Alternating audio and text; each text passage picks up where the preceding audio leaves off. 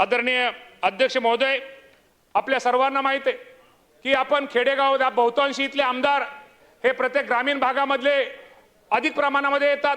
आजही आपण गावामध्ये बघतो, खेडेगावामध्ये बघतो, आपल्या घरामध्ये आपण पाहतो की शेतीमध्ये सगळ्यात जास्त सहभाग हा महिलांचा असतो। शेतामध्ये कष्ट कोण करतं तर ती एक महिला असते, एक तर कुणी एक ताई असते, एक तर कुणी बहीण असते किंवा एक तर लेक असते।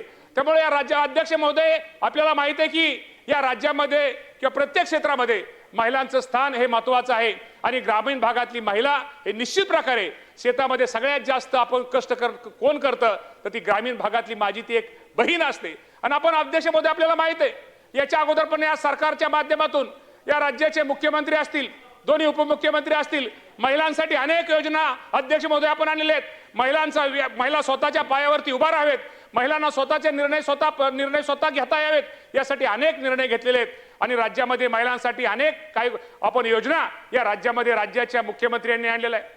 आणि अध्यक्ष महोदय, हे आपल्याला माहित आहे की एखाद्या घरी एखाद्या महिलेच्या हातामध्ये त्याच्या घरच्या संसाराची तिजोरीची जर चावी एखाद्या महिलेच्या हातामध्ये घरात असलं तर ते घर अधिक किती सुरक्षित असतं हे माहिती आहे। तर अध्यक्ष महोदय, हे विधेयक सादर करताना खरंच मी राज्याचे मुख्यमंत्री देवेंद्र फडणवीस साहेब असतील, एकनाथजी शिंदे साहेब असतील, सुनेत्रावहिनी पवार असतील, या सर्वांचं अभिनंदन करावं तेवढं थोडे।